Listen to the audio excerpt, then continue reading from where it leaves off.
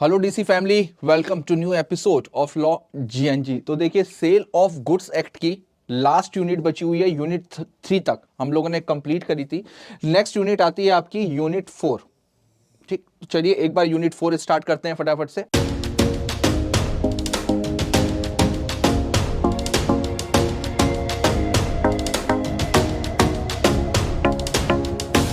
हाँ, तो देखिए यूनिट 4 है किस चीज की? यूनिट 4 है अनपेड सेलर की, राइट। अनपेड सेलर का मतलब क्या होता है? सबसे पहले तो ये देखते हैं सेक्शन 45 से लेकर के सेक्शन 61 तक। अनपेड सेलर का मतलब वो सेलर जिसको अभी पेमेंट ना मिली हो, वो सेलर जिसको अभी पेमेंट ना मिली हो, ना ही बायर ने पेमेंट करने की कोशिश करी हो, और या अगर बायर ने उसको कोई भी निगोशिएबल इंस्ट्रूमेंट यानी कि चेक, बिल ऑफ एक्सचेंज या जो भी निगोशिएबल इंस्ट्रूमेंट इशू किया हो वो डिसऑनर हो गया हो, तो ऐसा अनपेड सेलर जिसको किसी भी तरीके से ना तो पेमेंट मिली हो by cash, by cheque, by negotiable instrument, और ना ही देने की कोशिश करी गई हो, ऐसे सेलर को बोला जाता है अनपेड सेलर। तो देखते हैं एक बार। Unpaid seller: the whole price has not been paid और tendered and the seller has an immediate right of action for the price.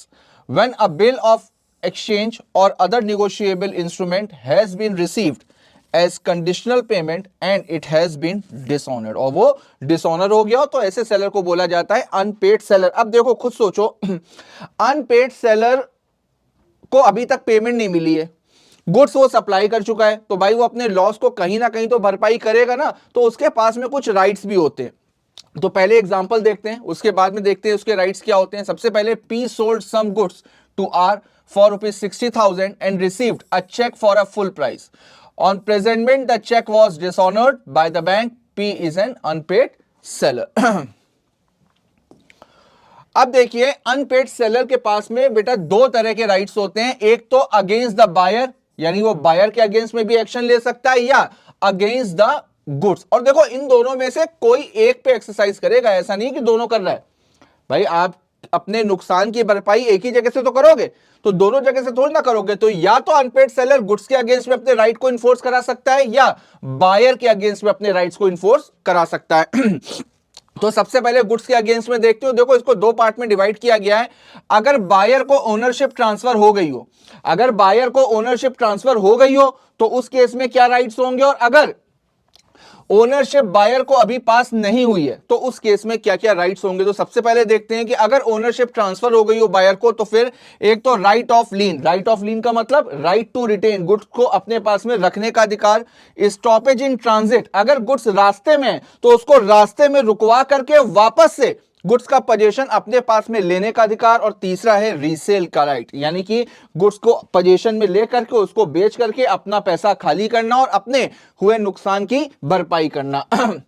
अगर ओनरशिप ट्रांसफर नहीं हुई है तो फिर क्या होगा? With hold delivery. With hold delivery का मतलब डिलीवरी को रुकवा दिया और पोजीशन वापस से ले लिया। Lien, right to retain, stoppage in transit और रीसेल। तो अगर प्रॉपर्टी पास नहीं हुई है तो 4 राइट, और अगर प्रॉपर्टी पास हो गई हो तो 3 राइट। अब बायर के अगेंस्ट में, अब मान लीजिए गुड्स के अगेंस्ट में हम अपने राइट को एक्सरसाइज नहीं कर पा रहे हैं, गुड्स के अगेंस्ट में हम अपने राइट्स को एक्सरसाइज नहीं कर पा रहे हैं, बायर को पोजीशन भी चला गया है, बायर को ओनरशिप भी चली गई, ये सारी चीजें हो गई हैं, तो उसके बाद हम क्या करेंगे? तो अगर ये सारी चीजें हो गई हैं तो बायर के अगेंस्ट में भी हमारे पास में राइट है कि हम प्राइस के लिए सूट फाइल कर सकते हैं, कॉम्पनसेशन के लिए सूट फाइल कर सकते हैं, और अगर हमारे कोई इंटरेस्ट का नुकसान हो रहा है, भाई इतने दिनों से पैसा हमारा फंसा हुआ है तो उस पर इंटरेस्ट का भी तो नुकसान हो रहा है, तो उस इंटरेस्ट को भी हम क्लेम कर सकते हैं अगेंस्ट द बायर। तो देखते हैं आगे।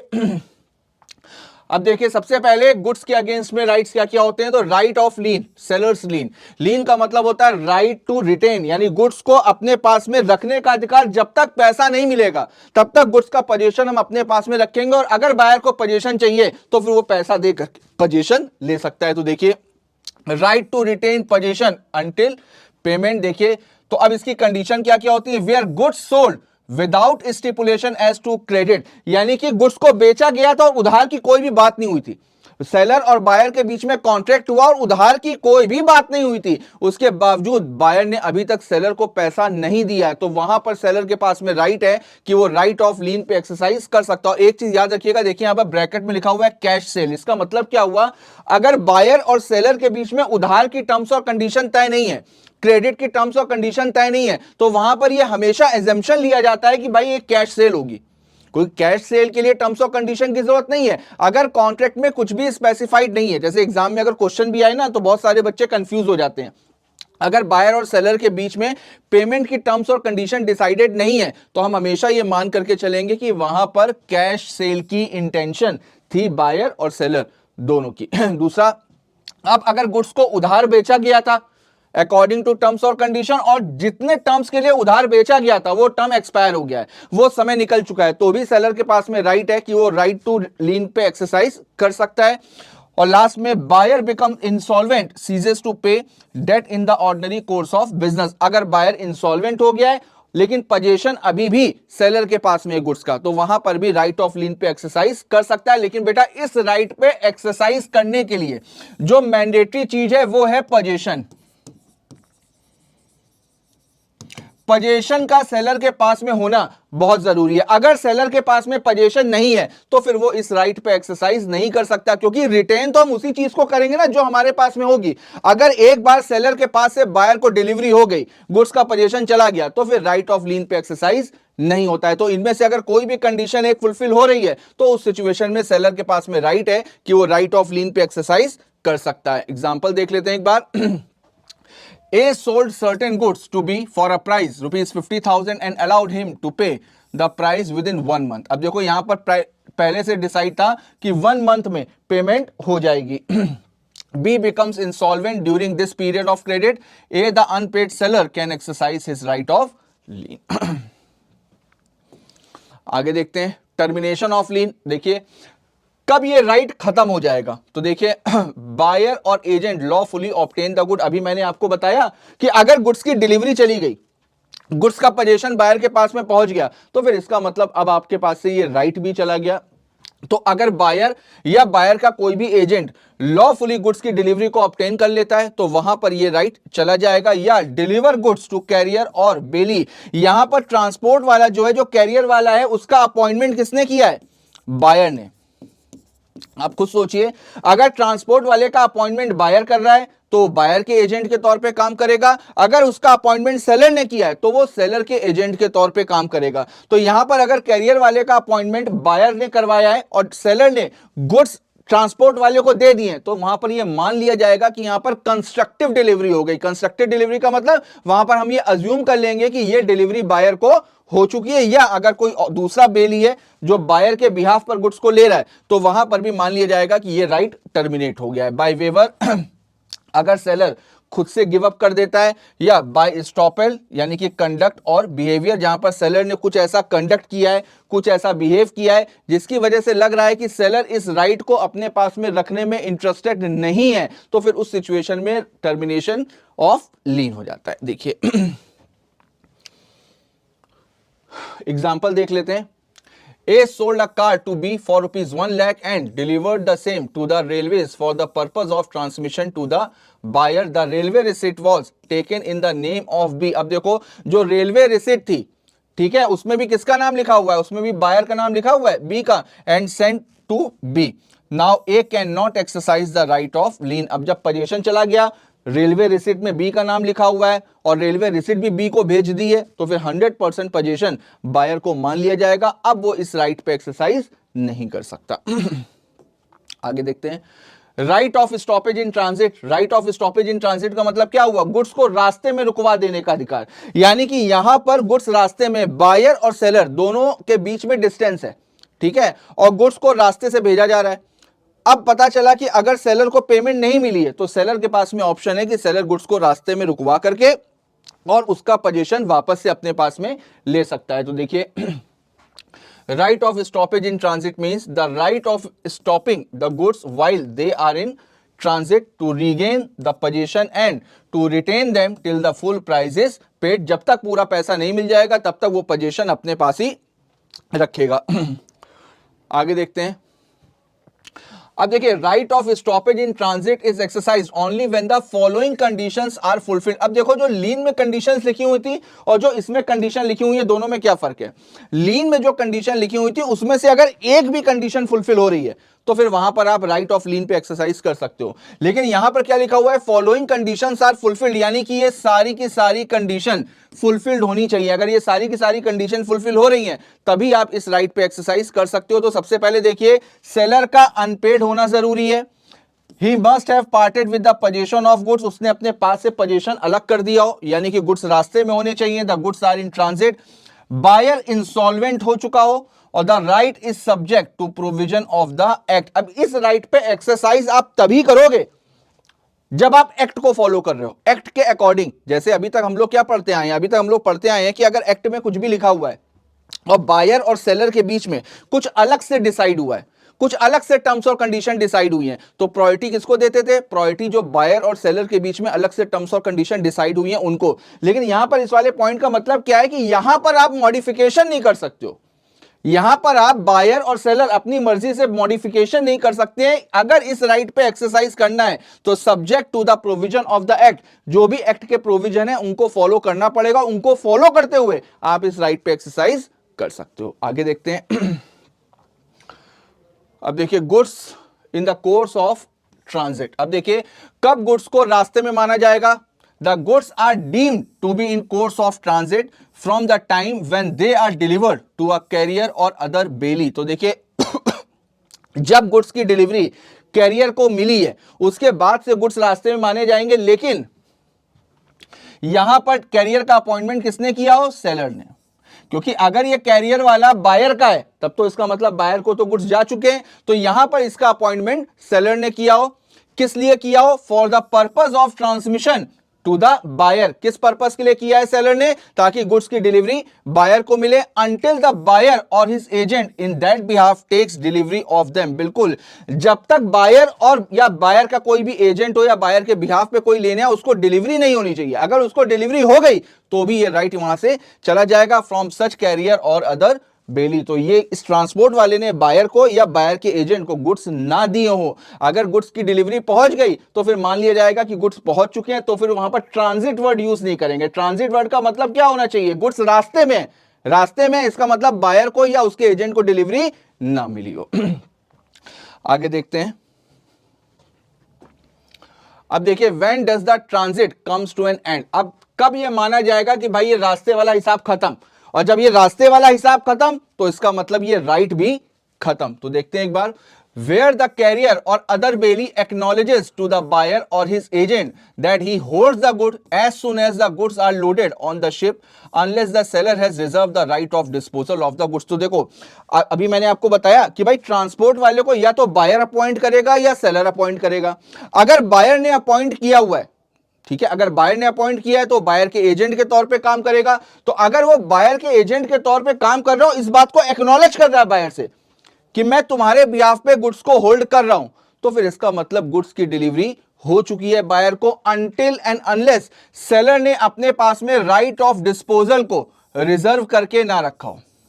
राइट ऑफ डिस्पोजल का मतलब क्या होता है? राइट ऑफ डिस्पोजल का मतलब जैसे शिप से भेज रहा है तो शिप में बिल ऑफ लेडिंग जो होता है, बिल ऑफ लेडिंग में सेलर का नाम लिखा है, सेलर ने बायर का नाम नहीं लिखवाया है। इसके पहले वाले एग्जांपल में उसने बी का नाम लिखवाया था, तो वहां पर बायर का नाम ना लिखाओ, वहां पर सेलर का अगर नाम लिखाओ तो ये मान करके चला जाएगा कि सेलर ने इस राइट को अपने पास में रिजर्व करके रखा है। और अगर इस राइट को रिजर्व करके रखा है तो जब तक वो एक्चुअल डिलीवरी नहीं हो जाती, यानी वाकई में बायर को या बायर के एजेंट को नहीं मिल जाते, तब तक गुड्स रास्ते में ही माने जाएंगे। आगे देखते हैं।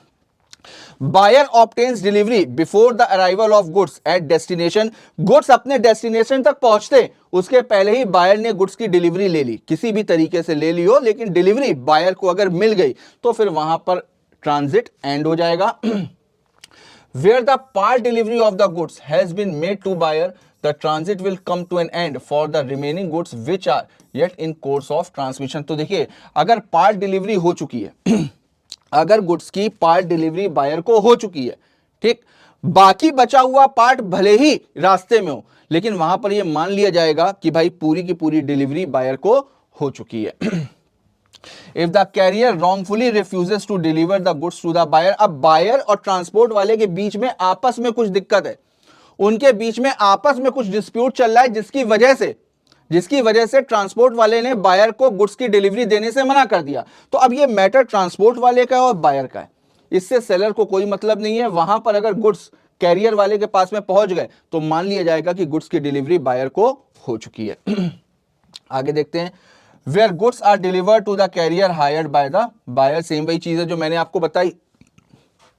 Where the goods are delivered to a ship chartered by a buyer, the transit comes to an end। अब यहां पर कोई भी ट्रांसपोर्ट हो, चाहे वो शिप हो, चाहे वो कोई भी हो, अगर उसको अपॉइंट बायर ने किया है तो वहां पर ट्रांजिट का एंड हो जाएगा। और दूसरा, when the buyer और अदर बेली ऑब्टेन्स डिलीवरी, किसी भी तरीके से अगर डिलीवरी उसने ले ली हो तो यहां पर ट्रांजिट का एंड हो जाता है। बेटा इसको इंपॉर्टेंट मार्क करना। इसके सारे पॉइंट इंपॉर्टेंट है और इससे एग्जाम में क्वेश्चन भी बनता है, डायरेक्ट क्वेश्चन भी आ सकता है और केस लॉ भी आ सकता है। आगे देखते हैं स्टॉपेज इन ट्रांजिट। देखिए, by taking actual position of goods by giving notice to the carrier not deliver the goods. अब देखिए इस राइट पे एक्सरसाइज करेगा कैसे। अभी हम लोगों ने पढ़ा कि क्या क्या राइट थे, ठीक, कब ट्रांजिट में माना जाएगा, कब ट्रांजिट में नहीं माना जाएगा। अब अगर मान लीजिए ट्रांजिट में है, राइट भी है, राइट पे एक्सरसाइज भी करना चाह रहे हैं, तो हम कंडक्ट क्या करेंगे, किस तरीके से इस राइट पे एक्सरसाइज किया जाएगा। तो सबसे पहले तो भाई जो भी कैरियर वाला है उसको हम नोटिस देंगे, उसकी नॉलेज में ये बात डालेंगे कि भाई गुड्स की डिलीवरी बायर को मत करना, गुड्स को जहां पर हो वहीं पर गुड्स को रोक दो और गुड्स की डिलीवरी वापस से मुझे कर दो। राइट। अब यहां पर एक चीज और भी समझने वाली है और ध्यान रखने वाली है। अगर मान लीजिए कि मैंने यहां से लखनऊ गुड्स भेजे, मैंने दिल्ली से लखनऊ गुड्स भेजे, राइट। अब बायर ने अभी तक पेमेंट नहीं करी, मैंने ट्रांसपोर्ट वाले को बोला कि भाई गुड्स को रास्ते में रोक दो और वापस से मुझको दे दो। अब ट्रांसपोर्ट वाला आधे रास्ते से गुड्स वापस से मेरे पास दिल्ली लेकर के आएगा, उसके जो एक्सपेंसेस होंगे वो एक्सपेंसेस कौन बियर करेगा, वो एक्सपेंसेस सेलर बियर करेगा। सेलर ने ट्रांसपोर्ट वाले को रोका और गुड्स की डिलीवरी वापस से ली है, तो उस बीच में जो खर्चा होगा ट्रांसपोर्ट का, वो खर्चा किसका होगा, वो खर्चा होगा सेलर का।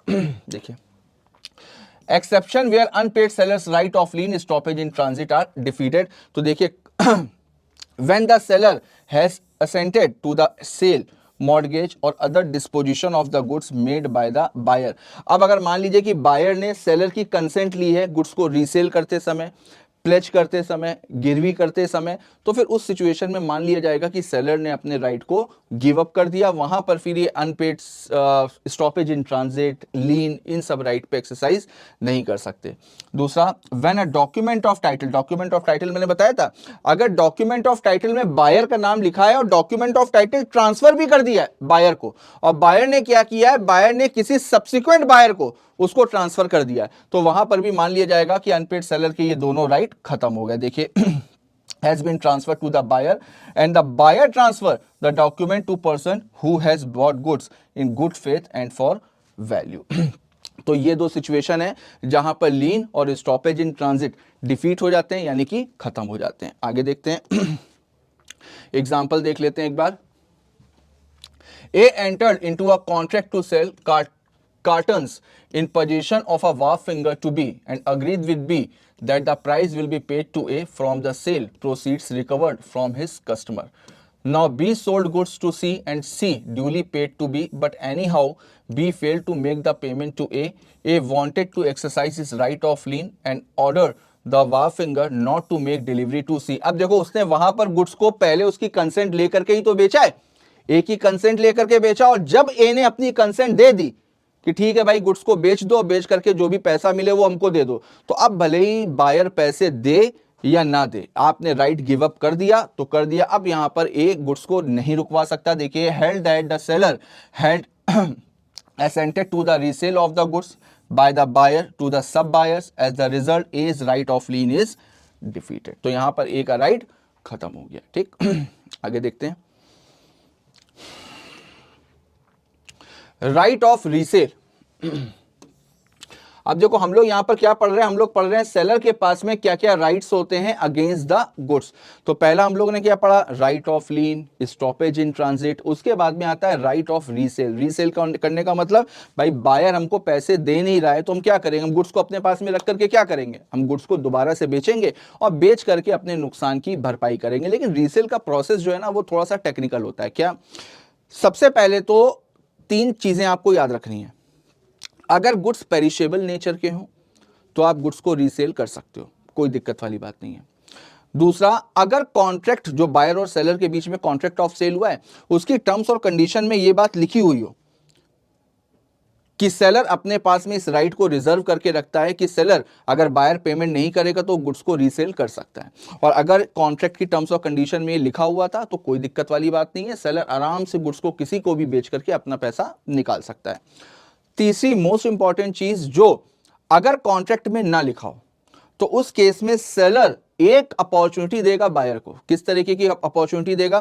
सेलर बायर को नोटिस भेजेगा, नोटिस में कुछ एक टाइम पीरियड दिया होगा, उस टाइम पीरियड के अंदर भी अगर बायर पैसे नहीं देता है तो फिर सेलर के पास में राइट है कि सेलर गुड्स को बेच सकता है। अब यहां पर ध्यान रखिएगा अगर नोटिस नहीं दिया और गुड्स को ऐसे ही बेच दिया तो क्या होगा? तो अगर नोटिस नहीं दिया और गुड्स को उसने बगैर बताए बेच दिया तो दिक्कत वाली कोई बात नहीं है, लेकिन बेचने में अगर सेलर को कोई भी लॉस हुआ है तो उस लॉस की भरपाई वो बायर से नहीं करवा सकता। जबकि अगर नोटिस दिया हुआ है और नोटिस के बाद भी अगर पेमेंट नहीं मिलती है और तब सेलर अगर गुड्स को रीसेल करता है तो वहां पर अगर सपोज करिए कि मार्केट प्राइस कम हो गया है, कॉन्ट्रैक्ट प्राइस ज्यादा था, तो अब यहां पर सेलर का नुकसान हो गया, तो उस नुकसान की भरपाई कौन करेगा? उस नुकसान की भरपाई बायर करेगा। हो सकता है कि गुड्स को बेचने के बाद पूरे पैसे ना मिल रहे हो, तो उस नुकसान की भरपाई कौन करेगा? उस नुकसान की भरपाई बायर करेगा। लेकिन अगर नोटिस नहीं दिया तो फिर ये सारे राइट सेलर के पास से खत्म हो जाते हैं। देखते हैं एक बार देखिए, a resale by the seller where a right of resale is expressly reserved in the contract of sale। जैसा कि मैंने बताया कि कॉन्ट्रैक्ट में मेंशन हो, या where the goods are of perishable nature, अगर perishable nature के हो तो भी गुड्स को बेचा जा सकता है। where the property in goods has not passed to the buyer, जहां पर बायर को ओनरशिप ट्रांसफर ना हुई हो।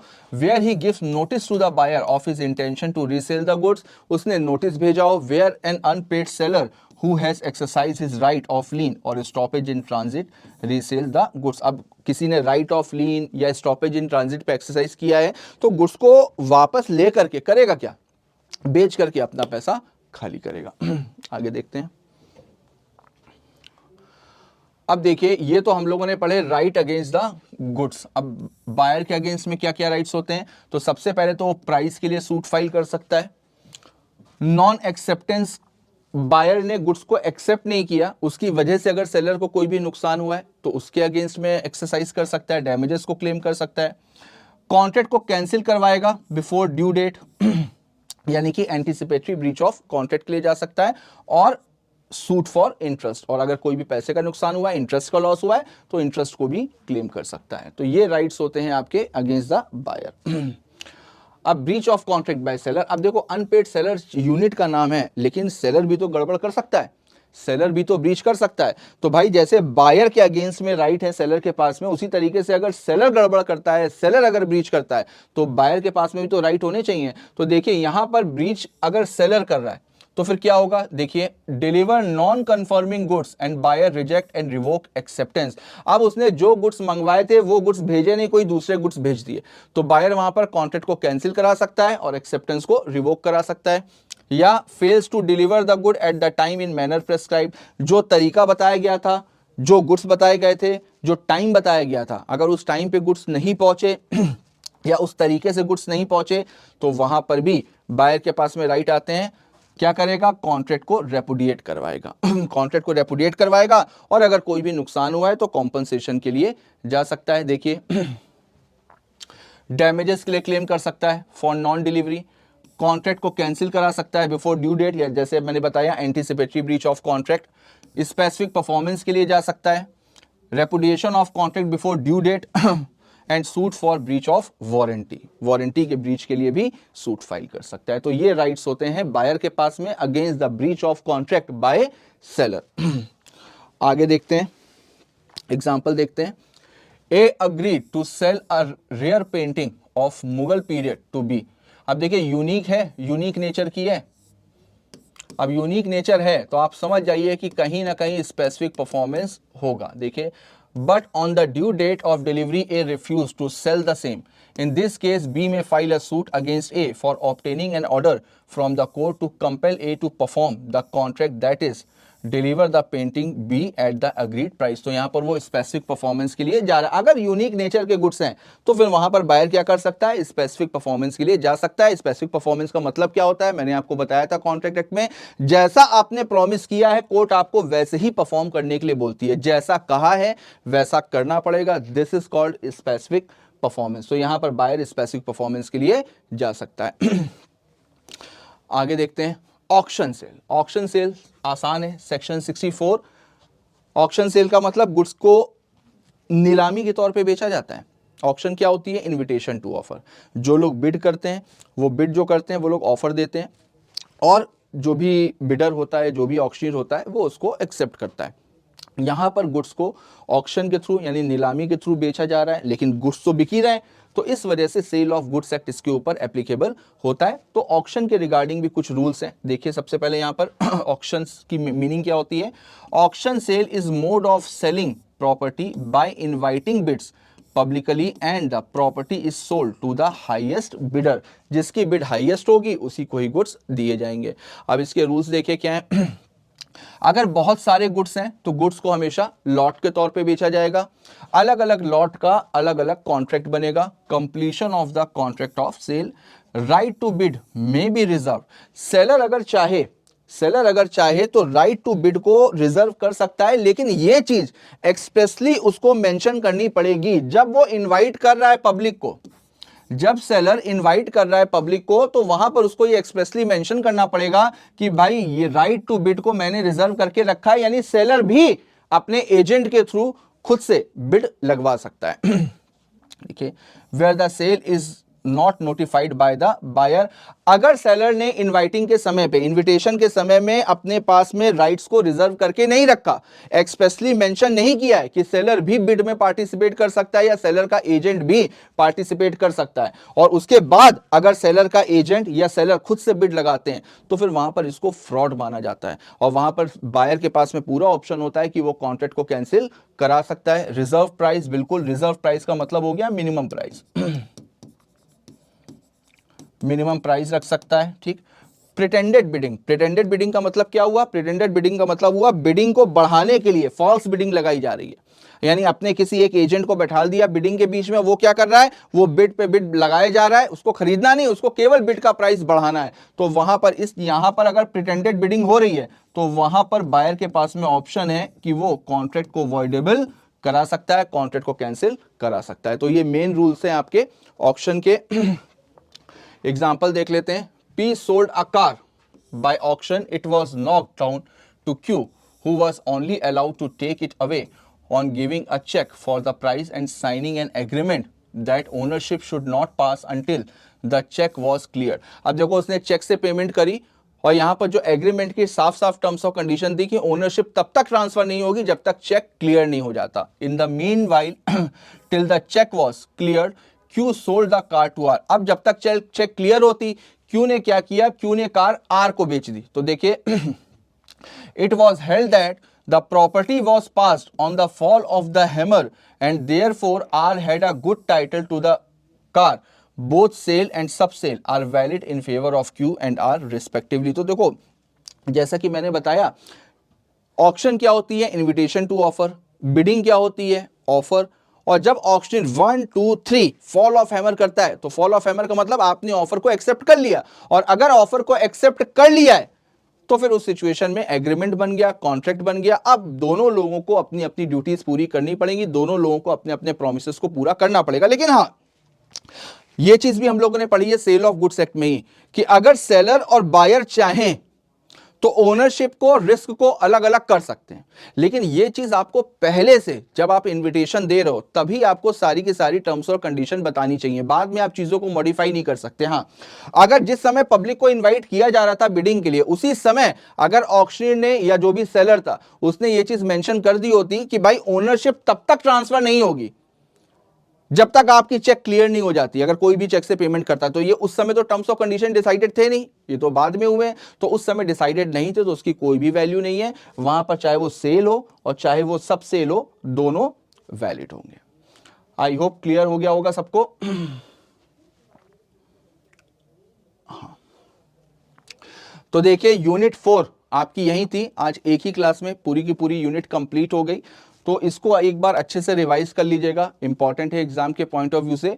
इसके बाद में हम लोग पार्टनरशिप एक्ट स्टार्ट करेंगे, तो पार्टनरशिप एक्ट यूनिट 1 फिर नेक्स्ट वीडियो में हम लोग लेकर के आते हैं और उसको फिर कंप्लीट करेंगे। चलिए तब तक इसको रिवाइज करिएगा, मिलते हैं नेक्स्ट एपिसोड में, तब तक के लिए all the best, goodbye, thank you.